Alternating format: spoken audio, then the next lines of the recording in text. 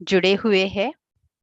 आज हमारे बीच में वो प्यारा सा बाबा का नूरे रतन है, या कहो सभी दादियों के दिल तख्तनशीन आत्मा सुदेश दीदी जी हमारे बीच में आज पधारे हैं।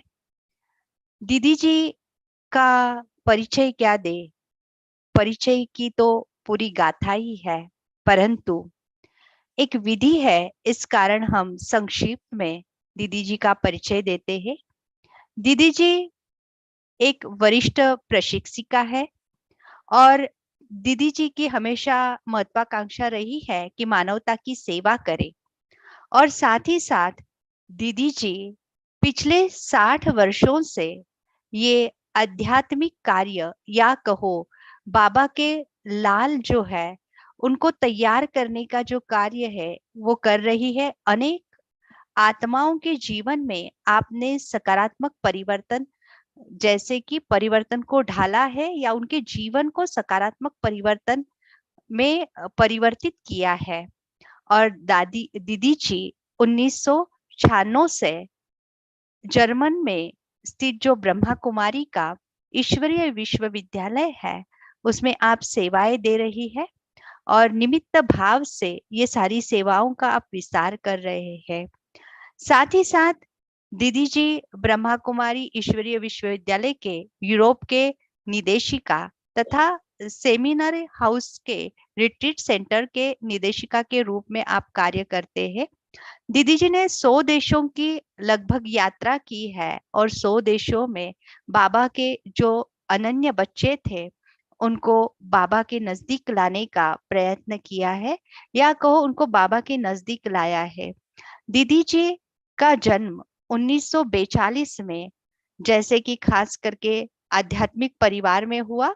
और दीदी जी का जन्म उत्तर भारत में हुआ, जो उत्तर भारत कहा ही जाता है कि विभिन्न धार्मिक स्थलों के लिए गाया हुआ है। तो ऐसे ही धार्मिक परिवार में आपका जन्म हुआ और प्राचीन शास्त्र में आपने अध्ययन किया।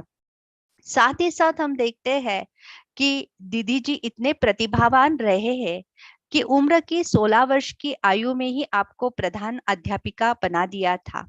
और आपने अपनी उस हुनर से जैसे कि अनेकों को लाभान्वित किया। 1957 में आप ब्रह्मा कुमारी के संपर्क में आए और उसी समय से आपकी आध्यात्मिक यात्रा शुरू हुई है।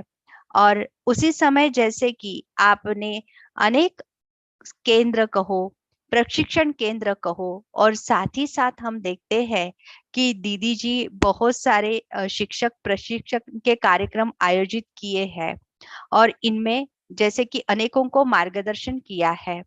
1974 में जैसे कि दीदी जी खास करके भारत से यूनाइटेड किंगडम में गए और वहां आपने भारत के बाहर ये बाबा का जो ध्वज है, या कहो बाबा के परिचय का जो पहरम हम कहते हैं लहराया है और अथक रूप से सेवाएं दी है। और आपने व्यक्तिगत रूप से हजारों टीचर्स को प्रशिक्षित किया है, उनके निमित्त बनकर कार्य करते रहे हैं। और दीदी जी के लिए कहा जाता है कि दीदी जी रमणीकता और गंभीरता के बैलेंस को रखते हैं और साथ ही साथ हमेशा उदार चित और निर्माण चित रूप से जैसे कि सेवाएं देते रहते हैं। और हमेशा दीदी की जिज्ञासा रहती है कि कोई नई नई बातों को वो सीखे और जैसे कि सभी बाबा के जो बच्चे हैं उनको लाभान्वित करे। तो ऐसे प्यारे हमारे दीदी जी आज हमारे बीच में है। तो आज हम दीदी जी का जगदम्बा भवन की ओर से और जगदम्बा भवन के परिवार की ओर से इस पुष्प के द्वारा स्वागत करते हैं। हम दीदी जी को कहते हैं कि इस पुष्प को आप स्वीकार करें। और साइंस का ये नया बहुत सुंदर साधन है कि दूर बैठे भी हम एक दूसरे को बहुत नजदीक अनुभव करते हैं। तो दीदी जी हम खास आपको कहना चाहेंगे कि ये जो अव्यक्त मुरली क्लब है गए 5 वर्षों से चल रहा है। 1969 से लेकर 2017 तक का एक सीजन इसने पूरे रीति से किया हुआ है और अभी दूसरा सीजन शुरू हुआ है तो ये सुबह अमृत वेले के बाद और शाम में दोनों समय में चलता है। और अभी जो लगभग हम देखते हैं कि 1970 की वाणियां फिर से शुरू हो गई है, 69 से शुरू की थी और अभी 70 की चल रही है। तो इस प्रकार इसमें बहुत सारे भाई बहन जुड़ते हैं, अभ्यास करते हैं और साथ ही साथ पुरुषार्थ भी करते हैं, पॉइंट्स भी निकालते हैं। तो बहुत सुंदर रीति से हर एक आत्मा इसमें अपने पुरुषार्थ में तीव्रता का अनुभव करती है। तो दीदी जी, हम आपसे सुनना चाहेंगे और साथ ही साथ हम विशेष रूप से आधा घंटा आपसे सुनेंगे और आधा घंटा हम जो भी भाई बहन जुड़े हैं तो उनका जो भी हम कहे दिल के भाव है या कोई क्वेश्चंस है तो वो जरूर जैसे कि हम बताएंगे और दीदी जी हमारे उसके जरूर आंसर देंगे। तो दीदी जी, हम आपको सुनना चाहेंगे। तो दीदी जी के जैसे कि खास अनुभव युक्त बोल हम सबको मिलेंगे, तो इसलिए दीदी जी का बहुत ही स्वागत है, दिल से स्वागत है, हृदय से स्वागत है। ओम शांति।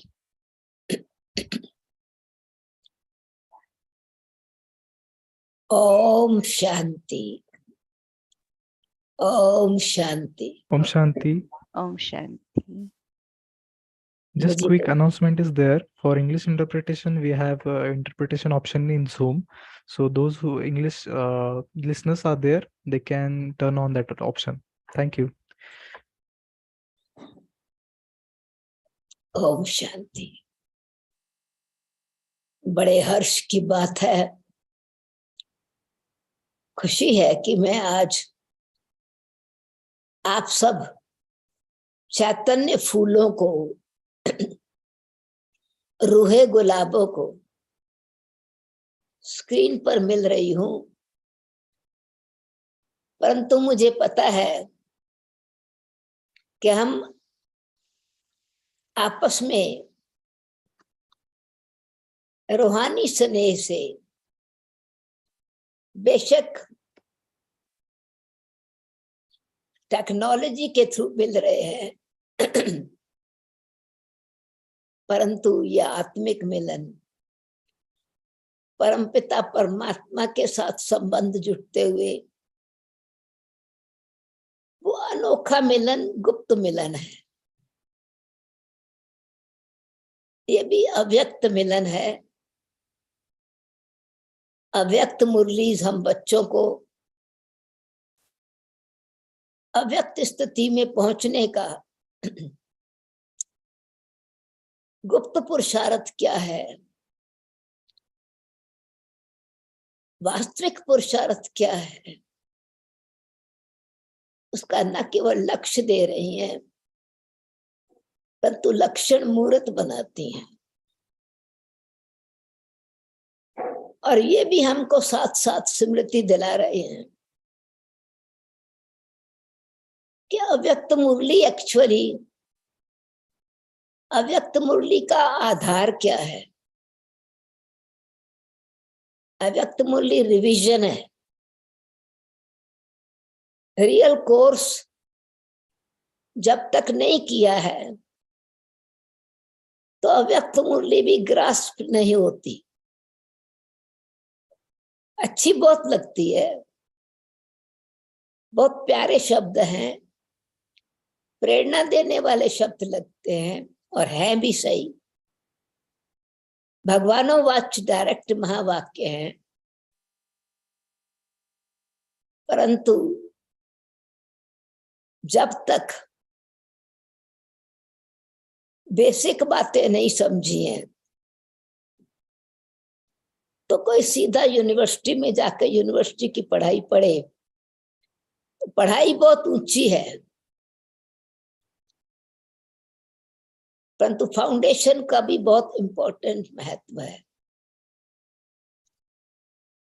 अव्यक्त मुरली जैसे कि केक है, मीठी लगती है, बहुत आकर्षित करती है और रिवाइज कर रहे हैं, ये बहुत अच्छी बात है। खास करके रेगुलर बाबा के पुराने बच्चे जो सचमुच यूनिवर्सिटी की स्टडी कर रहे हैं, उनको अच्छा लाभ मिलता है और गहराई में जा सकते हैं और जाते भी हैं। परंतु बहुत नवे बच्चे भी जिन्होंने कोर्स नहीं किया है, कॉन्टेक्ट्स में आने वाली सोल्स हैं,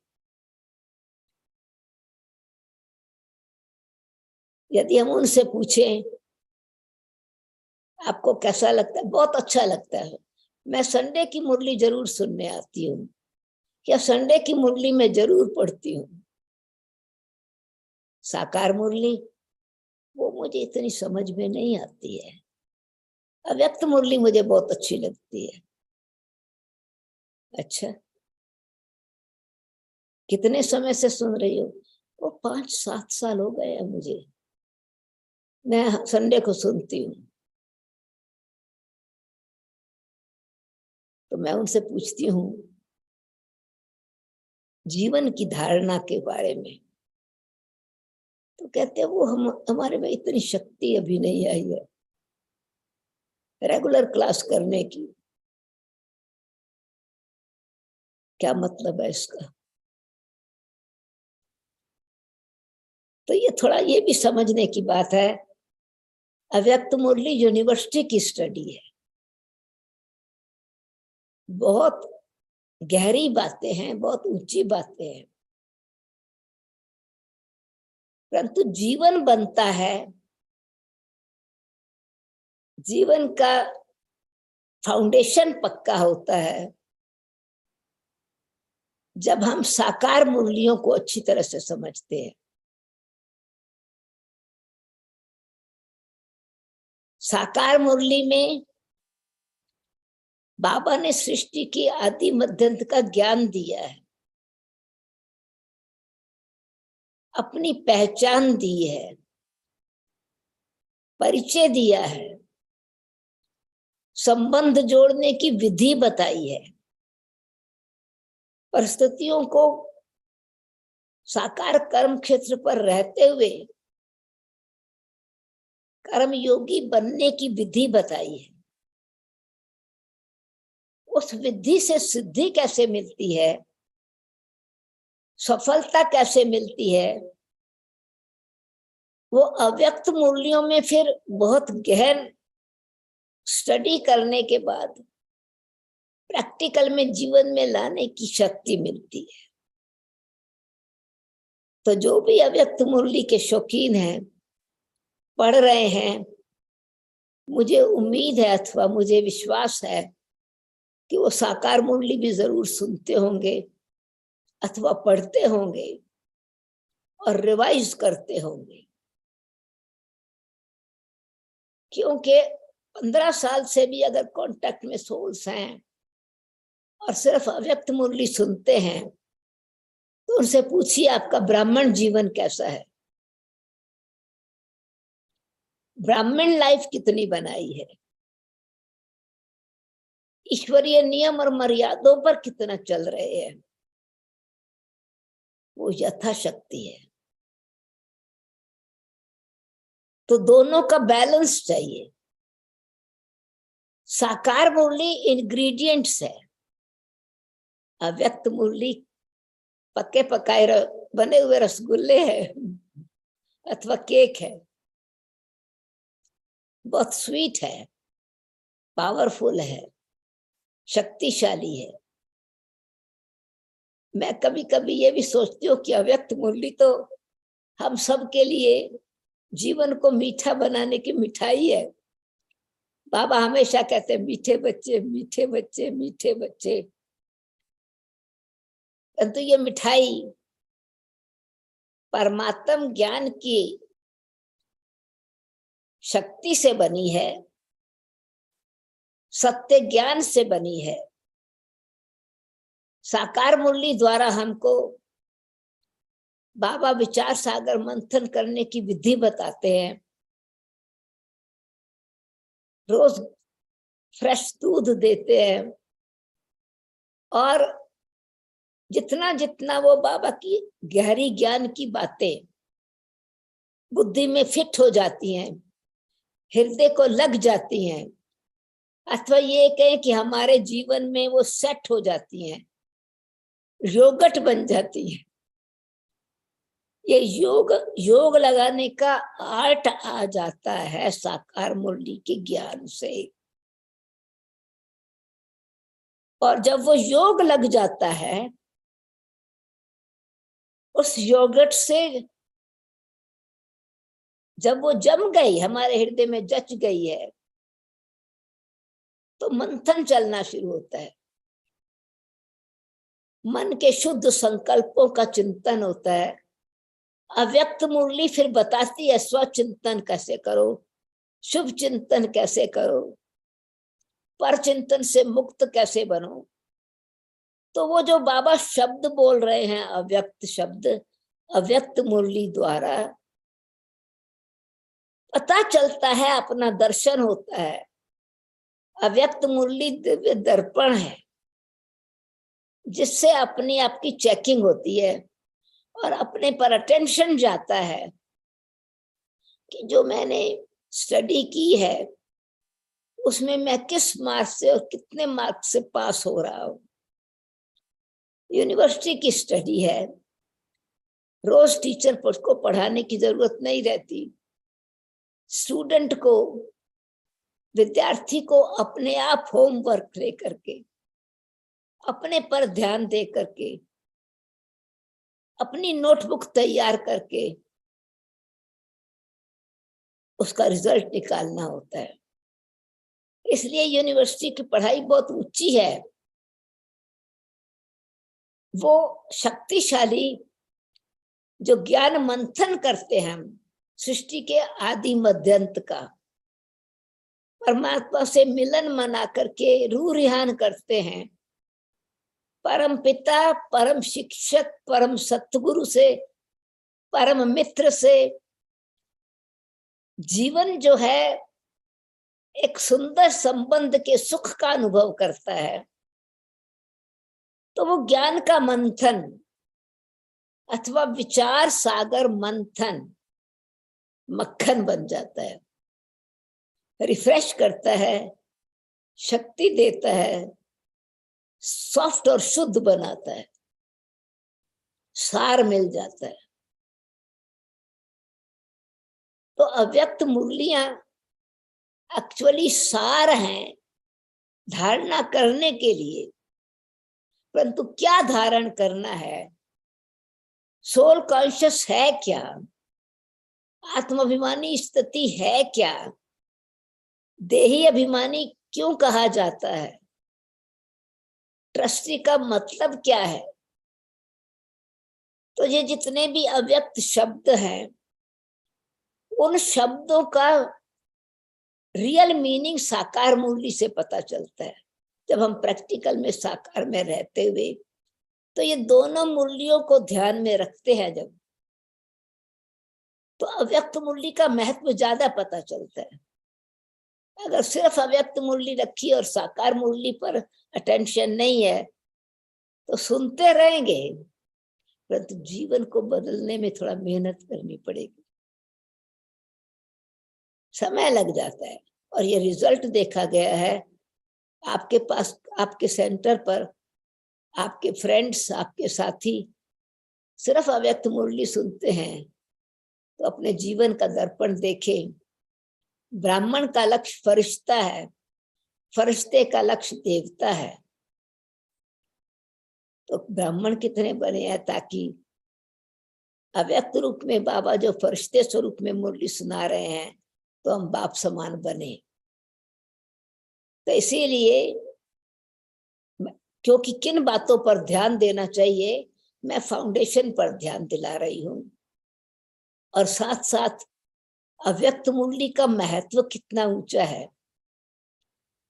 वो फिर मुरली जो बाबा से मिला हुआ घी है, मक्खन से लगन की अगन में जब तपस्या करते हैं, योग ज्ञान को योग में परिवर्तन करते हैं, योग से जो शक्ति मिलती है उस शक्ति से अव्यक्त मुरली की धारणा होती है योग युक्त बनने की, और योग युक्त होकर के जो कर्म करते हैं उससे खुशी मिलती है, हृदय प्रसन्न होता है, संतुष्ट मणि बन करके दूसरों को संतुष्ट करते हैं, तो स्वयं से भी संतुष्ट रहते हैं, दूसरों को भी संतुष्ट करते हैं और दूसरों से भी संतुष्ट रहते हैं, और बाबा भी बच्चों से खुश रहते हैं, वरदान देते हैं।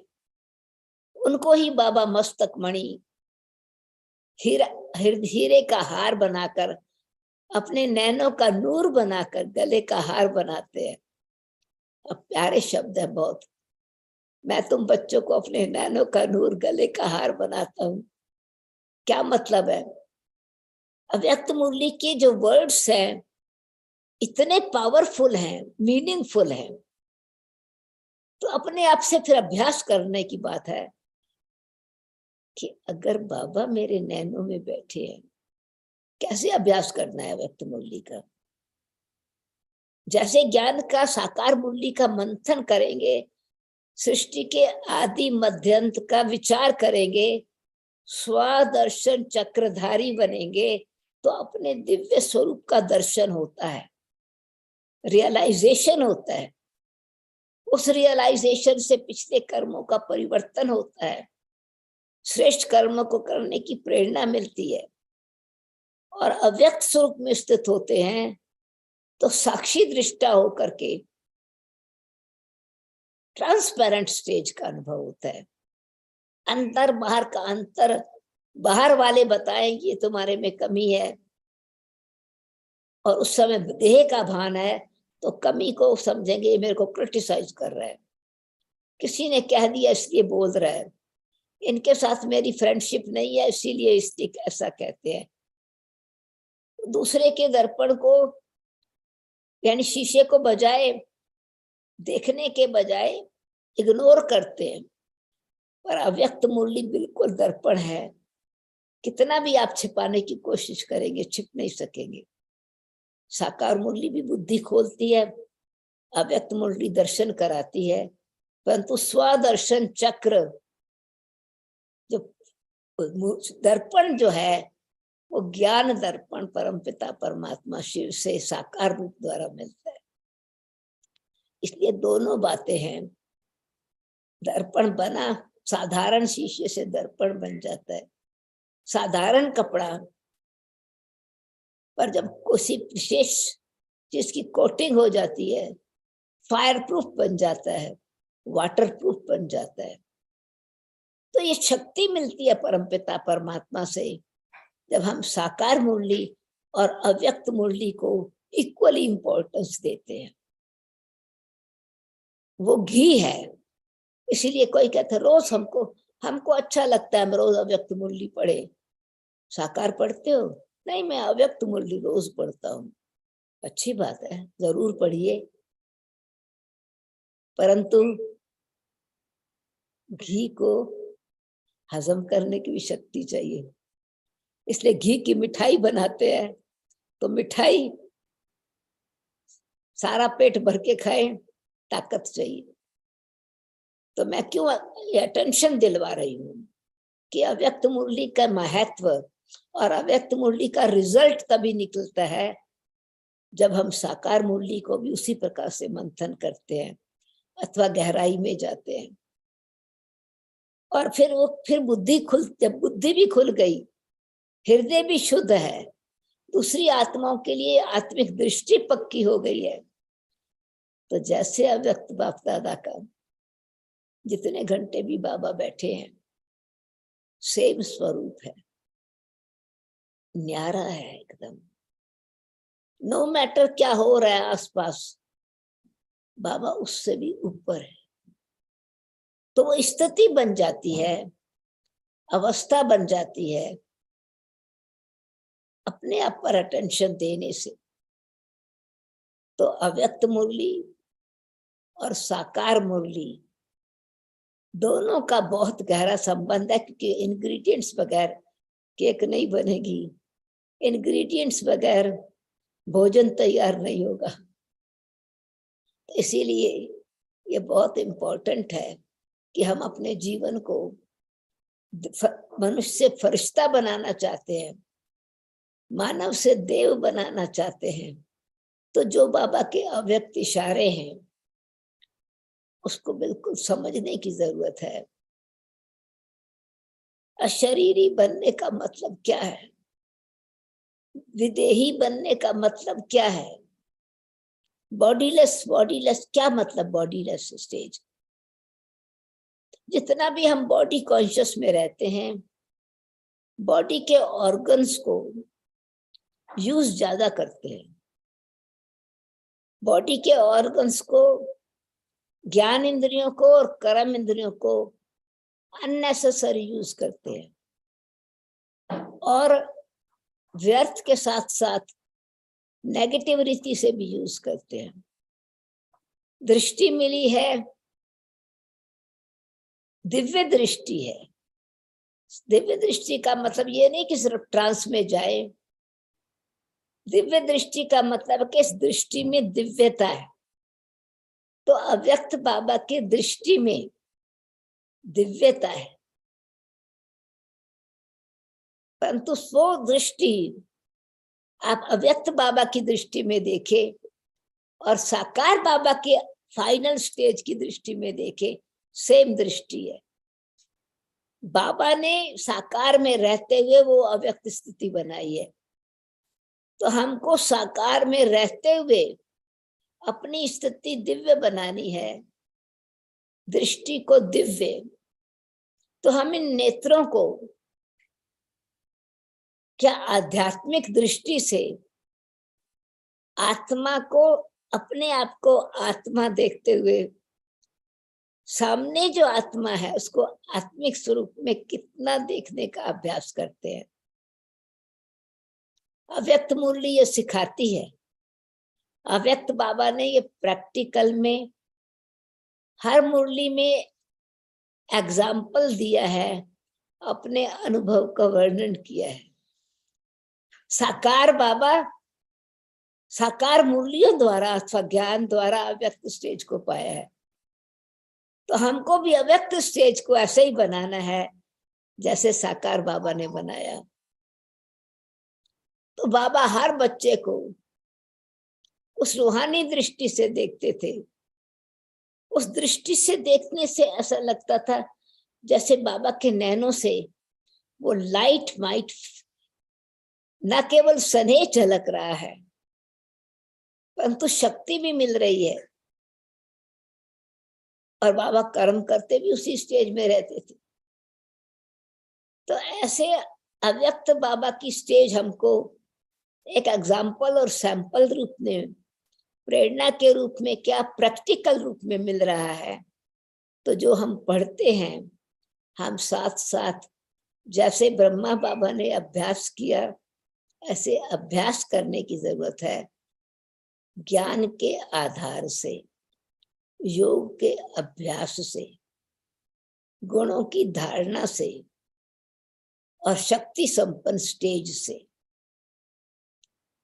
तो वही जो बाबा का मिला हुआ ज्ञान दूध है, वो मक्खन बन जाता है। वो मक्खन से शक्तिशाली शुद्ध घी बन जाता है और शुद्ध घी से जीवन मीठा बन जाता है। तो बाबा रोज रोज शुद्ध बच्चे, मीठे बच्चे, मीठे बच्चे, मीठे बच्चे। तो हम अपने कानों को कैसे यूज करते हैं? व्यस्त चिंतन में जाते हैं, कान रस है, या ज्ञान के शब्द ही बाबा के महावाक्य हमारे कानों में गूंजते रहते हैं।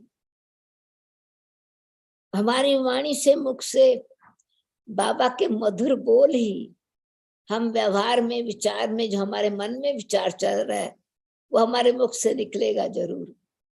जैसे व्यर्थ चिंतन, पर चिंतन ना चाहते हुए भी कोई ने कुछ बात कही, फौरन अपने विचार उसी से मिला लेते हैं। क्यों? कि विचार व्यवहार में आ जाते हैं, विचार बीज है। तो बाबा ध्यान दिलाते हैं, संकल्पों पर ध्यान देना है। संस्कार फिर भी मोटा रूप है, अगर संस्कार हमारे ठीक नहीं है, व्यवहार हमारा ठीक नहीं है, तो दूसरे हमारे पर अटेंशन दिलाते हैं, परंतु हमको संस्कार से भी पहले अपने विचार पर अथवा अपने संकल्पों पर ध्यान देना है। और संकल्प मन की शक्ति है, इसलिए बाबा साकार शब्दों में कहते हैं मन मन भव, मन को मेरे में लगाओ। उसकी स्टेजेस बताई हैं कि पहले देह भान में जो मन अटका हुआ है, turn your mind towards me, तो डायरेक्शन को चेंज करें, थिंकिंग को चेंज करें, विचार के महत्व को जाने और अशुद्ध विचार के प्रभाव को भी समझ लें अथवा जान करके पहचान कर से उससे मुक्त रहे। Tune yourself to me, connect करें अपने आप को उस संकल्प से। संकल्प की शक्ति में इतनी दृढ़ता हो, श्रेष्ठता हो, लाइटनेस हो, डिटर्मिनेशन हो, प्यार भरा हुआ हो, तो ट्यून कनेक्ट विद मी। तो वो जब मन बाबा के साथ लगन में मगन हो गया है तो योग युक्त स्टेज हो जाती है। मन व्यर्थ चिंतन में नहीं चलता है और शुद्ध चिंतन में स्नेह के साथ में मन बाबा से मनन करने, मिलन मनाने में बिजी होता है, मनन करता है, मगन हो जाता है, तो मंथन से भी ऊपर चला जाता है। और उसमें जब ट्यून हो गया, कनेक्ट हो गया बाबा से, तो जो बाबा के विचार शक्तिशाली है, जो बाबा के विचार कल्याणकारी हैं, जो बाबा के विचार हमारी बुद्धि का व्यवहार और संस्कार बदलने वाले हैं, वो विचार व्यवहार में आ जाता है। तो कर्म इंद्रियों, ज्ञान इंद्रियों को, कर्म इंद्रियों को कैसे यूज करें, उसके लिए बाबा ने फिर हम अव्यक्त बच्चों, व्यक्त मुरलियों में भी बहुत सारी विधि बताई है। मुख से निकलता क्या है, कभी हंस की वाणी, कभी जो है बाबा हम बच्चों को बिन बिन टाइटल दे करके उसका स्वरूप बनाने की शिक्षा देते। स्वरूप बनना है, ज्ञान स्वरूप, शांत स्वरूप, प्रेम स्वरूप, पवित्र स्वरूप, शक्ति स्वरूप। तो जब रूप में आ गया, क्या रूप में आ गया, वो जो नॉलेज थी वो लाइट बन गई और वो लाइट माइट बन करके दूसरी आत्माओं को माइट दे रही है। ये साकार बाबा जो अव्यक्त स्वरूप बने तो लाइट और माइट बने साकार में रहते हुए। तो अव्यक्त बन के बाबा बता रहे हैं कि साकार में रहते भी अव्यक्त स्वरूप बनो। मेरा पहला पहला अनुभव अव्यक्त बाप दादा से, साकार में अव्यक्त बाप दादा से मिलन, और लास्ट अनुभव भी साकार में अव्यक्त बाप दादा से मिलन। मेरा पहला अनुभव 1957 का है। मैं सेंटर पर कभी गई नहीं थी। एक बारी जाते हुए सिर्फ 2 मिनट के लिए गए थे, अंदर चित्र देखे थे। प्रकाशमणि दादी जी उस समय दिल्ली रजौरी गार्डन में थी, तो चित्रों को थोड़ा देखा, वो भी 2 मिनट खाली गए और बाहर आ गए, तो ज्ञान नहीं सुना था। या प्रकाशमणि दादी से भी कोई ज्यादा बात नहीं की, सिर्फ सामने देखा कि हाँ यहाँ कोई बहन जी रहती है। परंतु पहली बार जो सत्संग सुनने के लिए गए, हमारी कॉलेज फ्रेंड ने हमको निमंत्रण दिया था, बाबा दिल्ली में आए हुए थे, तो हमको ये कहा कि आपका स्पिरिचुअल स्टडी में इंटरेस्ट है तो मैं आपको ऐसे सत्संग में ले चलना चाहती हूँ जहां आपको बातें अच्छी लगेंगी तो हम उसके साथ गए। हमारी मदर, हमारी मासी के साथ 1-2 बारी गई थी, पर मैं कभी नहीं गई थी। तो जब मैं गई तो बहनों ने कहा कि आज का जो क्लास है वो आपको समझ में नहीं आएगा। मैंने कहा मैंने बहुत सत्संग भी किए हैं, बचपन से मैं कथा सुनती हूँ, आरती बहुत करती हूँ, मतलब बचपन से मेरा स्वभाव ये था, लगन थी भक्ति की तरफ। उन्होंने कहा कि ये आपको समझ में नहीं आएगा क्योंकि ये कुछ और चीज है जो आप भक्ति करती हैं। तो मेरी फ्रेंड ने कहा कि नहीं समझ में आएगा तो कल कॉलेज में हम इनसे थोड़ा बातचीत करेंगे, जो बात नहीं समझ में आई मैं थोड़ा हेल्प करूंगी। तो उनके रिकमेंडेशन से उन्होंने हमको ऊपर जाने दिया, छत पर क्लास था। तो मैं ऐसे ही फिर बिल्कुल सीढ़ियों के बिल्कुल पास बैठ गई। सब छत बड़ा खुला, यहाँ तो रूफ बड़ी क्लीन क्लियर होती है, सारा मकान अगर पूरा पूरा ही जैसे सारा छत भरी हुई थी, भाई बहन बैठे थे और बाबा अभी नहीं आए थे। मैं बिल्कुल पास में सीढ़ियों के पास बैठ गई, समझा मुझे नहीं समझ में आएगा मैं उठ के चली जाऊंगी। पर ना कोई ढोलक बज रही है, ना कीर्तन हो रहा है, ना भजन हो रहा है। मैंने कहा चलो महात्मा जी आएंगे, गुरु जी आएंगे तो सब कहेंगे जय गुरु जी महाराज, तो मुझे पता चल जाएगा महात्मा जी आ गए। तब तक मैं आंखें बंद करके जैसे ध्यान में बैठते हैं, भक्ति में जब से बैठते हैं, तो कोई आवाज नहीं, कुछ कीर्तन नहीं। तो जब मैंने आंख खोल के देखा तो अब बाबा तो सब योग में बैठे थे। हमको ये तो मालूम नहीं था कि ये सब इसीलिए साइलेंस में बैठे हैं। तो मैंने देखा तो बाबा सामने एक छोटा सा प्लेटफॉर्म था, गद्दी, तो बाबा की बॉडी लाइट ही लाइट दिखाई पड़ी। हमने कहा सूर्य का प्रकाश, अभी शाम का बजा था, सितंबर मंथ था, सन नहीं छिपा था। तो मैंने कहा सूर्य का प्रकाश अभी इन पर ही क्यों पड़ रहा है, औरों पर क्यों नहीं है। तो मैंने जगह बदली किया, वहां से उठ के थोड़ा इधर आके बैठे। वहां भी मुझे बाबा की बॉडी ऐसे लाइट की नजर आई।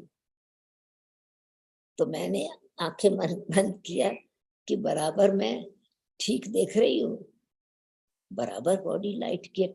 अब तो ट्रांसलाइट का पिक्चर है, कुछ तो ऐसा ही था जैसे कि लाइट का फ्रेम है और आसपास सब जगह लाइट ही लाइट है, उसमें ये बाबा खड़े हुए बैठे हुए। फिर मैंने अपने आप को जगह बदली किया, पिंच किया, बाबा की बॉडी लाइट ही नजर आई। पर उस लाइट में आकर्षण इतना था, जो मेरा दिल करता था मैं जैसे ही देखूं तो जैसे कि मैग्नेटिक एनर्जी मुझे खींच रही है, अच्छा लग रहा है, जैसे टिंगलिंग, जैसे कि सेंसेशन बहुत अच्छी थी। और आंखें बंद करती हूँ कि शायद मैं मिसअंडरस्टैंडिंग है। मैं आंख बंद करती थी तो जैसे मून की लाइट, चंद्रमा की लाइट जैसे कि मेरे आसपास है, कूलनेस, वो शीतल लाइट, ठंडक महसूस होती थी। और वो जैसे बहुत हर्षित करने वाली, आनंद देने वाली, कुछ अट्रैक्शन करने वाली थी। तो जैसे छोटे बच्चे खेल खेलते हैं, मैं ऐसे ही आंखें बंद करती थी, आंखें खोलती थी, बंद करती थी, खोलती थी। रियल क्या देख रही हूं मैं, तो अच्छा अनुभव है सब में। अब मैं रिलेट कैसे करूं, तो जैसे कोई गर्मी का मौसम होता है जिस समय हीट बहुत है, पसीना आ रहा हो और ठंडी ठंडी हवा आपको टच करे तो आपको कैसे रोंगटे खड़े हो जाते हैं। तो वो मेरी अंदर की स्थिति ऐसी थी, इतना अच्छा लग रहा था, मैं जैसे खेल खेल रही हूँ। और ये अनुभव होते हुए भी, ये बताओ, जब ज्ञान नहीं है, समझ नहीं है, और सुनी हुई बात का असर है, तो किस प्रकार से डिस्टरबेंस मन में आती है। मैंने सोचा ये महात्मा जी कोई जादू तो नहीं कर रहे। सुना था ब्रह्मा कुमारी जादू करती हैं, ये शायद ब्रह्मा कुमारी जी जादू कर रहे हैं। वो डर मेरे अंदर पैदा हुआ, और डर आते मुझे लगा कि मैं देखूं मेरी मदर कहाँ बैठी हैं, अगर मुझे कुछ हुआ तो मेरी मदर याद आई, बॉडी की रिलेशन याद आया, बॉडी कॉन्शियस फील हुआ, वो जो एक्सपीरियंस था गुम हो गया। फिर मैंने कोशिश की देखने की, तो बाबा की बॉडी लाइट की नहीं थी, जैसे साधारण बाबा को बैठे देखा, और बाबा तो वही थे। शब्द, फिर मैं मुरली सुनने की कोशिश की, मुरली तो नहीं, मुरली शब्द नहीं था मुझे मालूम। बाबा को सुनने की कोशिश की, तो बाबा शब्द बोल रहे थे, लाइट। बार बार 2-3 सेंटेंस के बाद लाइट शब्द। मैंने कहा ये अजीब महात्मा जी हैं, ये बोलते भी लाइट है, इनकी बॉडी भी लाइट नजर आती है, क्या खाते भी लाइट होंगे, क्या पैदा भी लाइट हुए होंगे। तो मन यानी कुछ कुछ समझ में नहीं आ रहा था। तो जब समझ में नहीं आ रहा है, तो मैंने कहा ये बहन कहती तो ठीक थी, तो थोड़ी बोरिंग लगा टाइम, सिर्फ लाइट लाइट शब्द ही सुन रही हूँ, लाइट देख रही हूँ, वो भी टेस्ट खत्म हो गया। तो मैं इंतजार करने लगी कि मदर देखूं अगर वो मेरा मेरा थॉट कैच करती हैं। तो वो तो आगे आगे बैठी थी, कि उनको तो उनको जाने दिया था पहले, मेरे को नहीं जाने दिया था, तो मैं पीछे बैठी थी। तो वो तो इतनी मस्ती से सुन रही थी, इतने आनंद से सुन रही थी, जैसे कि उनको कुछ रस आ रहा है, सब बहुत अच्छा लग रहा है। तो मुझे वेट करना पड़ा जब वो खत्म करे। खैर एनीवे, जब घर गए रास्ते में, तो मैंने उनको अपना अनुभव सुनाया कि पता नहीं जी महात्मा जी ने कौन सी कथा की है, मुझे तो कुछ समझ में नहीं आया। और मैंने अपना एक्सपीरियंस वर्णन किया। तो उन्होंने कहा कि तो इतना अच्छा ज्ञान था, इतना अच्छा उन्होंने समझाया कि लाइफ का पर्पस क्या है, हम कहाँ से आए हैं, हमारा ओरिजिनल रूप कौन सा है, ओरिजिनल धाम कौन सा है, ब्रह्मलोक कहाँ पर है। तो मेरे को तो कई प्रश्नों का उत्तर मिला है। ये तो बहुत अच्छा ज्ञान है, मेरे लिए तो ये राइट रास्ता है। पर मुझे तो कुछ लाइट नहीं नजर आई। तो हम एक ही स्थान पर गए दोनों, मुझे ज्ञान समझ में नहीं आया, उनको लाइट नहीं दिखाई पड़ी। पर मेरे मन में एक क्वेश्चन रहा कि वो लाइट क्या थी, कहाँ से आ रही थी। तो दूसरे दिन मैंने अपनी फ्रेंड से पूछा, तो उन्होंने बताया कि ये जो लाइट थी, ये निराकार परमपिता परमात्मा इनके द्वारा बोल रहे थे। तो वो लाइट शब्द वास्तव में अपना परिचय, लाइट अपना परिचय ही दे रहे थे। मैंने कहा नहीं, कोई भगवान ने नहीं बोला, आकाशवाणी तो हुई नहीं, बादल तो गरजे नहीं, बिजली नहीं तो चमकती है, लाइटनिंग होती है, भगवान बोलता, आकाशवाणी होती है। तो उसने कहा कि भगवान की आकाशवाणी अगर हो गई, अगर लाइटनिंग ऐसे हो गए, तो कोई का सुनेगा कौन उनके शब्द। उन्होंने समझाने की कोशिश की, निराकार है, मैं इनका सर्वशक्तिवान अगर हो और वो किसके शरीर में आवे तो बॉडी जल जावे। तो उन्होंने कहा कि भगवान की शक्ति शरीर को नहीं जलाती, भगवान के अपने बच्चे हैं, हम उनको पिता कहते हैं। अगर वो उनकी शक्ति बच्चों को जलावे तो रक्षक कौन। और महात्मा शरीरों को नहीं जलाते, पर हम शरीर के भान में अभिमान में जो विकर्म करते हैं, पाप कर्म करते हैं, उनकी शक्ति पाप कर्मों को भस्म करती है, शरीर भस्म नहीं होती। मैंने कहा फिर भी ऑलमाइटी है ना, ऑलमाइटी है तो उनकी पावर को बॉडी संभाल सके, कोई ऑर्डिनरी बात तो नहीं है। महात्मा जी तो बड़े आराम से बैठे थे, बहुत बात कर रहे थे जैसे बहुत छोटे बच्चों से बात कर रहे हो। कहा राइट, परमात्मा की तो हम सब बच्चे हैं ना। तो वो तो बहुत सुंदर भाषा में बच्चों से कॉमन भाषा में बात करते, बाकी उनकी शक्ति कोई जलाने की शक्ति नहीं। तो मेरे हाथ में रुमाल था, कहा आपका रुमाल गिर जावे आप उठाओगी? मैंने कहा क्यों नहीं, धुलाई करके यूज करूंगी। कहा तुमको कितनी शक्ति चाहिए?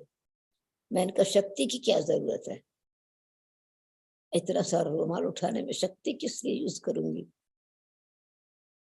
तो कहा तुम 20 किलो वजन उठा सकती हो? मैंने कहा जरूर, मेरे को मसल्स है, सूटकेस उठा के हम तो कुली तो पटक के चले जाते हैं सामान डब्बे में।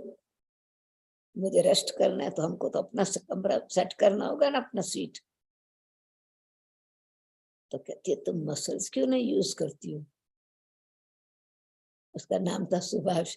मैंने कहा सुभाष, मैं अगर रुमाल उठाने में जैसे सूटकेस उठा रही हूँ, ऐसे मैं, मेरा फेस भी तो बताएगा ना वेट उठा रही हूँ, लोग समझेंगे मैं पागल हूँ। तो बड़े प्यार से कहती है सुदेश, तू समझती है भगवान पागल है?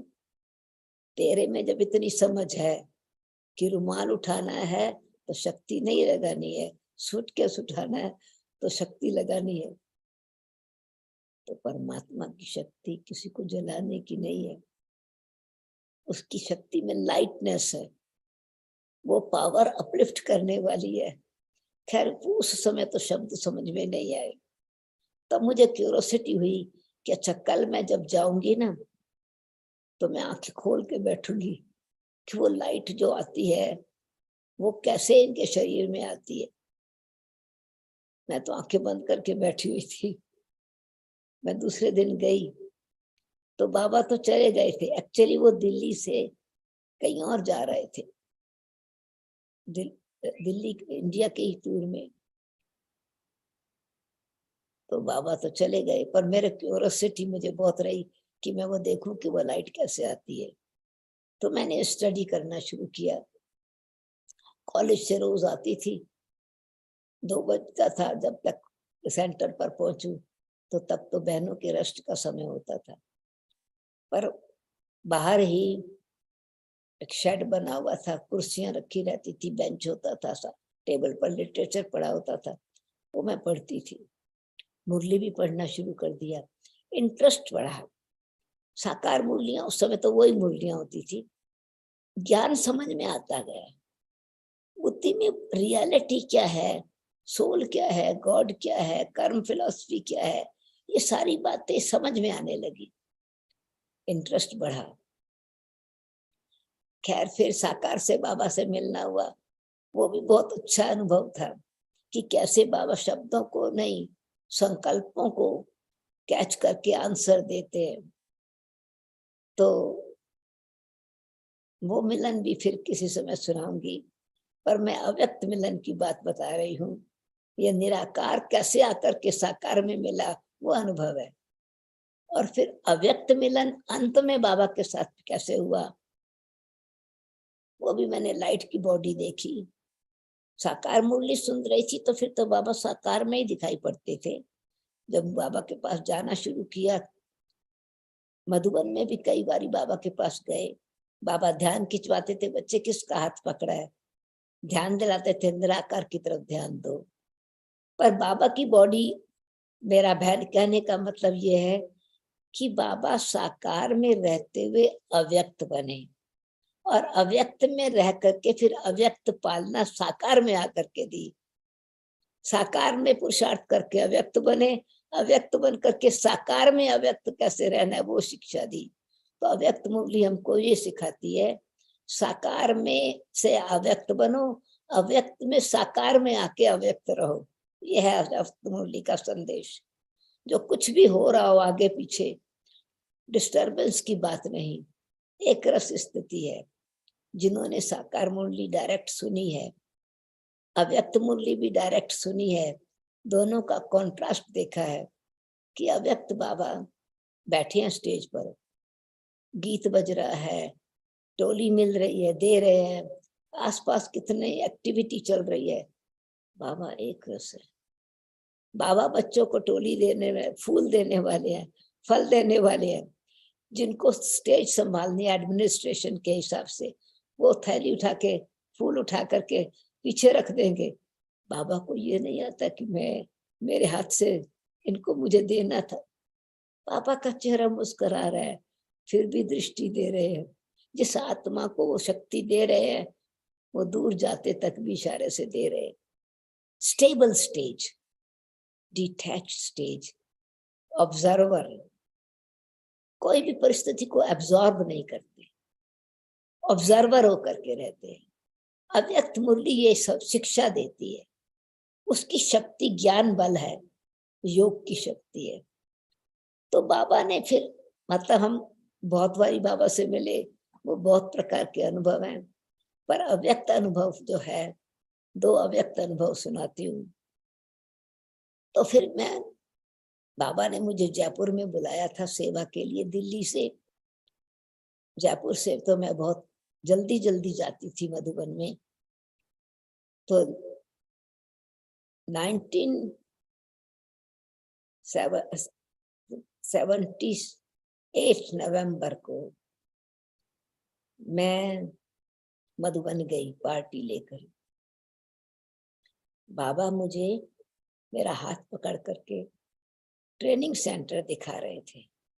ट्रेनिंग सेंटर बन रहा था। बाबा ने कहा, बच्ची ये ट्रेनिंग सेंटर बन रहा है, यहाँ तुमको कुमारियों को ट्रेनिंग देनी है, टीचर्स को ट्रेनिंग देनी है। अभी कमरे बन रहे हैं, फाइनल सीमेंट लगेगा, तैयार हो जाएगा तो फिर ट्रेनिंग चलेगी।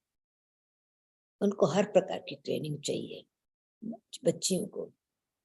तो जैसे बाबा मेरा हाथ पकड़ करके फिर कहा कि ट्रेनिंग यहाँ होगी और रहेंगे, जो पार्टी आएगी रहेगी, पार्टी रहेगी।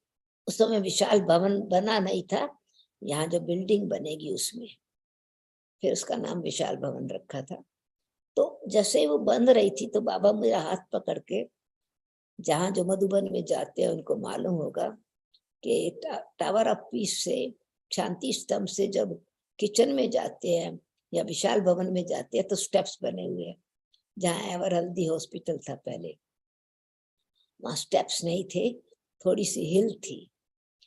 तो बाबा लंबे मेरा हाथ पकड़ा, तो बाबा ने मेरा हाथ पकड़ के जैसे मुझे वो हिल चढ़ा रहे हैं। तो बाबा ने जैसे हाथ पकड़ा तो मुझे बाबा का हाथ फ्लैश मोड का नहीं लगा, जैसे रुई का हाथ है, ट्रांसपेरेंट। तो बाबा के हाथ से भी जैसे लाइट के वाइब्रेशन आ रहे हैं। और जब मैंने बाबा को देखा तो बाबा की सारी बॉडी लाइट की, वो तो शुरू में तो बैठा हुआ रूप देखा था, और ये फिर जैसे खड़ा हुआ रूप, जैसे लाइट का रूप। मैंने कहा, ये अव्यक्त बाबा भी साकार में आ गए। तो मैं ऐसे ही बाबा को देख के ऐसा जैसे मैं भी बॉडी में नहीं हूं, अव्यक्त बाबा यहाँ पर है, अव्यक्त वतन यहाँ आ गया। बाबा ने फिर मेरे हाथ को प्रेस किया, कहा चलो बच्ची।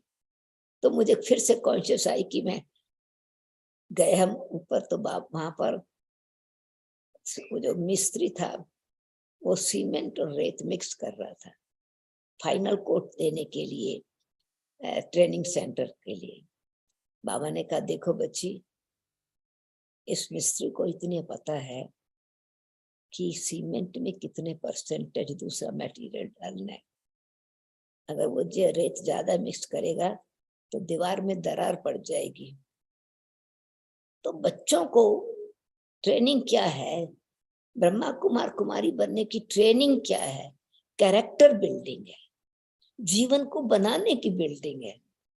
जिस बिल्डिंग में सारे डिवाइन वर्च्यूज रहे, जिस जीवन में दिव्यता रहे, जैसे लाइफ मनुष्य आत्मा जिंदा व्यक्ति है, बिल्डिंग में रहता है, तो ऐसे इस जीवन की बिल्डिंग को बनाना है। तो समझ में आया कि बाबा हम बच्चों से क्या चाहता है, चरित्र निर्माण कराना चाहता है, विश्व नव निर्माण बनाना चाहता है। तो जो फाइनल स्टेज थी, अच्छा फिर तो दूसरे दिन वो क्या था, वो तो फिर और कहानी है। जयपुर में माँ बाबा ने मुझे भेजा था। जयपुर वाले वहां सेवा के ख्याल से रखना चाहते थे, दिल्ली वाले कहते थे वापस दिल्ली आओ। तो बाबा ने दिल्ली वालों को कहा था कि दिल्ली में तो घोड़े पर बैठी थी, यानी सर्विस जहां तहां सेवा होती थी बाबा भेज देते थे। जयपुर में तो हाथी पर बैठी है, यानी रॉयल प्रकार की सर्विस है, म्यूजियम की सर्विस थी, लोग आते थे, हमको नहीं जाना पड़ता था। राजाओं को भी बुलाते थे, मिनिस्टर्स को भी बुलाते थे, गवर्नमेंट सर्विस भी होती थी, पब्लिक सर्विस भी होती थी, रॉयल लोगों की भी सर्विस होती थी। बाबा ने कहा तुम हाथी तैयार करो तो तब सुदेश को भेजूंगा। तो हाथी का मतलब नहीं, शेर तैयार करो। हाँ, यहाँ तो हाथी पर बैठी है, दिल्ली में घोड़े पर बैठी थी, अब शेर तैयार करो, दिल्ली में तब भेजूंगा। मतलब इस प्रकार की सर्विस करो, कुंभ मेला करने का है, गुरुओं को बुलाना है, संत महात्माओं को, बड़ों बड़ों को बुलाना है। तो दिल्ली ने भी उस दिन म्यूजियम बनाया था। उन्होंने उस समय मोरारजी देसाई को बुलाया था, प्राइम मिनिस्टर वो थे थोड़े समय के लिए, कुछ गुरुओं को भी बुलाया था। तो टेलीग्राम आया कि सुदेश को भेजो। तो बाबा फिर मुझे अपने कमरे में दूसरे दिन बुलाया, कि बच्ची बाबा के पास टेलीग्राम आया है, बाबा को अपना वायदा पूरा करना है, तुम अब जयपुर वापस नहीं जाओ, दिल्ली जाओ। तो ऐसे 1 मिनट में बाबा न्यारा होने की, डिटैच रहने की, सेवा भी अच्छी तरह से करो, डिटैच भी रहो, बिजी भी रहो, लाइट भी रहो, फरिश्ता बन के रहो, निभाओ बहुत अच्छा, परंतु बॉन्डेज में नहीं रहो। तो साकार बाबा ने प्रैक्टिकल में ट्रेनिंग दी और स्वयं भी उस स्थिति में रहे। तो अव्यक्त मुरली हमको फरिश्ते से देवता बनाना चाहती है, और साकार मुरली शूद्र से ब्राह्मण, ब्राह्मण से फरिश्ता बनाती है, और अव्यक्त मुरली फरिश्ता से देवता बनाती है। तो हमारे अंग अंगम में वो दिव्यता आवे, तो पहले स्टडी करने के लिए फाउंडेशन पक्की होगी, तो अव्यक्त मुरली अच्छी तरह से रस भी आएगा, जीवन भी बनेगा, नीरसता नहीं रहेगी, एक रस अवस्था बनेगी और ईश्वरीय रस में डूबे रहेंगे। ओम शांति। जी ओम शांति। हाँ वेदांग, ओम शांति। दीदी जी बहुत अच्छा, क्योंकि हमने सुना और बहुत अच्छा लगा, क्योंकि काफी भाई बहने में देख रहा हूँ यूट्यूब में 100 से भी ऊपर है, हिंदी, इंग्लिश, और जूम में भी कितने सारे भाई बहने, 384 से ऊपर भाई बहने दीदी जी आपका बहुत अच्छा सुन रहे हैं। और आपको एक बात बताए, क्योंकि ये साकार मुरली भी हर रोज सुनते हैं, लेकिन साथ साथ एक्स्ट्रा अभ्यास दीदी जी सबका चल रहा है। तो दीदी जी अगर आपके पास टाइम है तो एक 5-10 मिनट क्वेश्चन आंसर ले ले, चलेगा आपको? अगर कुछ ठीक है। 1-2 मिनट, एक अनाउंसमेंट है कि ये डेली जो हिंदी और इंग्लिश अव्यक्त मुरली क्लब है, ये डेली व्हाट्सएप पर भी, अगर कोई ज्वाइन नहीं है तो इस व्हाट्सएप पर आप ज्वाइन होना। अगर कुछ प्रॉब्लम आ रहा है तो आप व्हाट्सएप सपोर्ट पर कॉल करना या मैसेज करना। और इसकी जो यूट्यूब की इसकी जो जूम की लिंक है वो भी दिया हुआ है। मॉर्निंग में 5 to 5:45 और इवनिंग में 9 PM to 9:45। और इंग्लिश अव्यक्त मुरली का केवल सुबह ही होता है 5 AM to 6 AM। तो ये जूम का मीटिंग आईडी जो आप ज्वाइन हुए हैं वही है, इंग्लिश का यहाँ पर लिखा है। अगर किसी का कुछ क्वेश्चन है तो वो चैट विंडो में भेज सकते हैं, यूट्यूब में भी भेज सकते हैं। अच्छा, तो वंदना दीदी आप कंटिन्यू करना। 1-2 क्वेश्चन हम दीदी लेंगे क्योंकि टाइम हुआ है। जी ओम शांति दीदी जी। किसी ने पूछा है कि साक्षी और उपराम स्थिति में क्या अंतर है? समझ में नहीं आया आपका क्वेश्चन। साक्षी स्थिति और उपराम स्थिति में क्या अंतर है?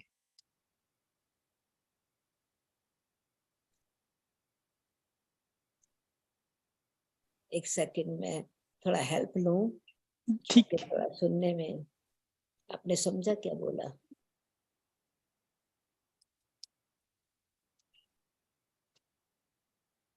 साक्षी स्थिति में और उपराम स्थिति में क्या अंतर है? साक्षी और उपराम स्थिति में अंतर क्या है? साक्षी और उपराम। जी। साक्षी दृष्टा यानी एक ऑब्जर्वर हो करके देखते हैं। ऑब्जर्वर हो करके उस समय एब्जॉर्ब ना हो करें, ऑब्जर्वर रहें और उसके नेगेटिव पॉजिटिव्स के क्यों क्या में नहीं जाएं। जब ऊपर अवस्था है तो फ्री फ्रॉम इन्फ्लुएंस है। साक्षी दृष्टा की स्टेज से उपराम बनते हैं और उपराम स्थिति से साक्षी देखते हैं। तो एक्चुअली उपराम अवस्था अभ्यास की है।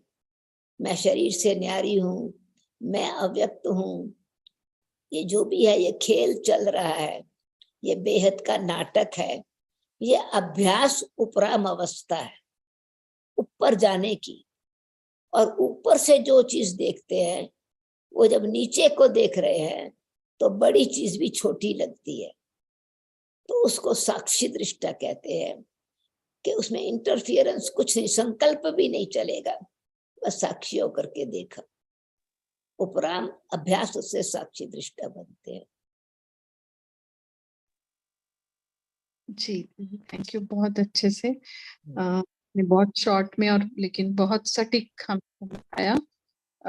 अभी किसी ने पूछा है दीदी जी कि खुद को मोल्ड करने वाले ही रियल गोल्ड बनते हैं, तो को थोड़ा सा एक्सप्लेन करने के लिए बोला है। खुद को मोल्ड कैसे करें?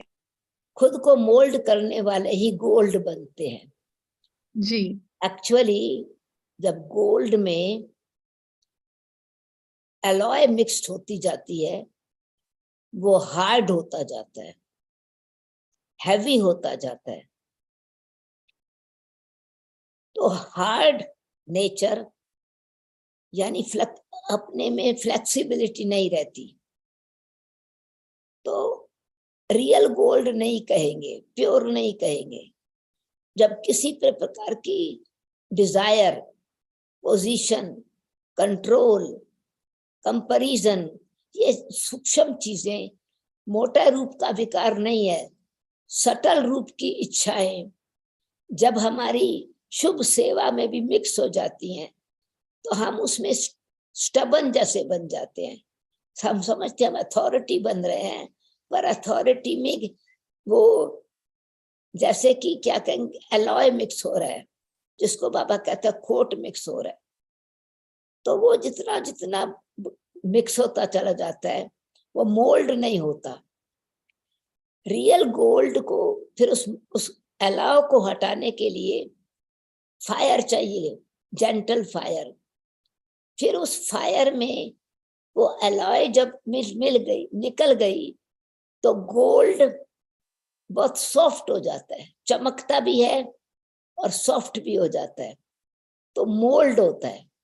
ऐसे भी गहना होगा ना तो मोल्ड करेंगे, फिक्स वाला होगा, आयरन मिक्स हो गया तो फिक्स नहीं, वो मोल्ड नहीं होगा। तो ये था कि हमारा जीवन फ्लेक्सिबल होगा, रैम दिल होगा, कल्याणकारी होगा, जिद नहीं होगा, सिद्ध करने की नेचर नहीं होगी, वो स्वाभाविक रीति से न्यारा रहेगा, इजी नेचर होगा। इसलिए रियल गोल्ड वो जो अपने जीवन को मोल्ड कर सके। ऐसे ही अपने संस्कारों को भी उसी प्रकार से परिवर्तन कर सके। जब हमारे में जितनी जितनी हृदय में शुद्धि है, निश्चय है, डिटर्मिनेशन है, प्योरिटी है, प्योर कॉन्शियस है, तो हम अपने जीवन को फ्लेक्सिबल बनाते हैं, गोल्ड बनाते हैं। इसलिए रियल गोल्ड बन के मोल्ड करना है, जीवन को परिवर्तन करना। फ्लेक्सिबल बनना है। जी दीदी, सार में माना जो जेंटल फायर आपने शब्द यूज किया, वो मतलब हमारे पुरुषार्थ के लिए बहुत अच्छी आपने दिशा दे दी दीदी। और आपने अनुभव में सुनाया और ज्ञान के आधार से भी जो बात आपने कही कि साकार में बाबा ने अव्यक्त कैसे बनना दिखाया, और अब अव्यक्त बनकर बाबा साकार में आकर कैसे अव्यक्त रहना है ये बताया, है ना। तो इस आधार से दीदी अभी वर्तमान समय हम क्या पुरुषार्थ करें? तो यही करना है ना जो बाबा ने करा है, जो बाबा बता रहे हैं, अव्यक्त और साकार दोनों पर ध्यान देते हुए साकार को फॉलो करना है। अव्यक्त अपने जीवन का लक्ष्य है, तो फरिश्ता से देवता बनना है, फोटोकॉपी बनना है साकार की। क्या पुरुषार्थ करना है? साकार की फोटोकॉपी बनना है। जी ओके जी, अभी थोड़ी देर योग करें। दीदी ओम शांति दीदी। ओम शांति। अभी 2 मिनट योग करें।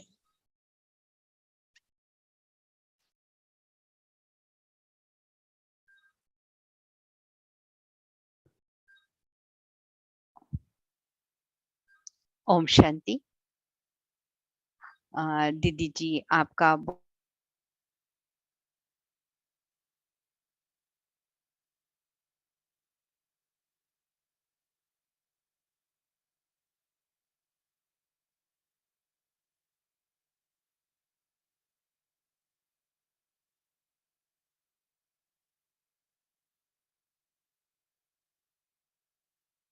ओम शांति। दीदी जी आपका बहुत ही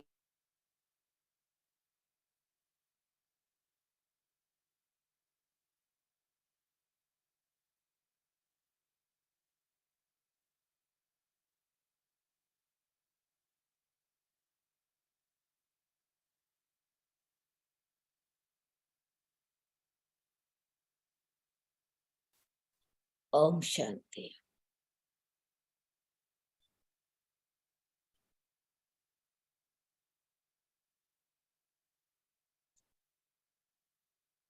ओम शांति।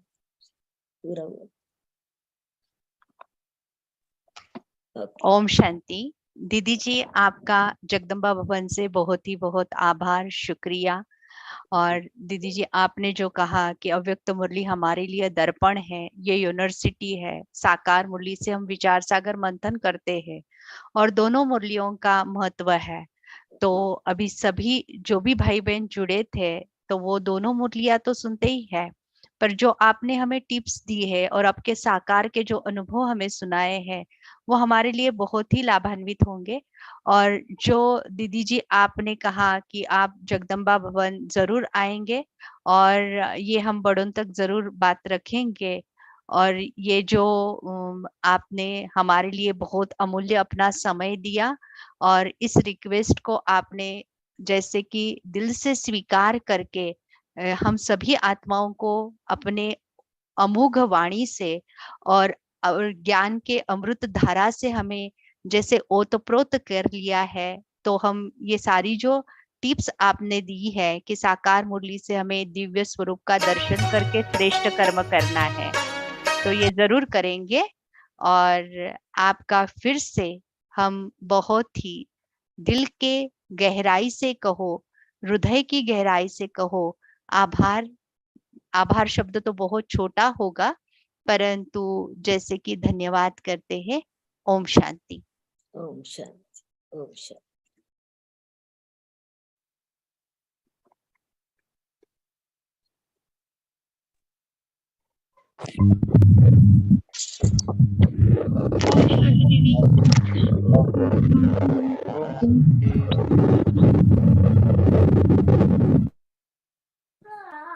ओम शांति दीदी। ओम शांति दीदी। ओम शांति दीदी। ओम शांति दीदी। ओम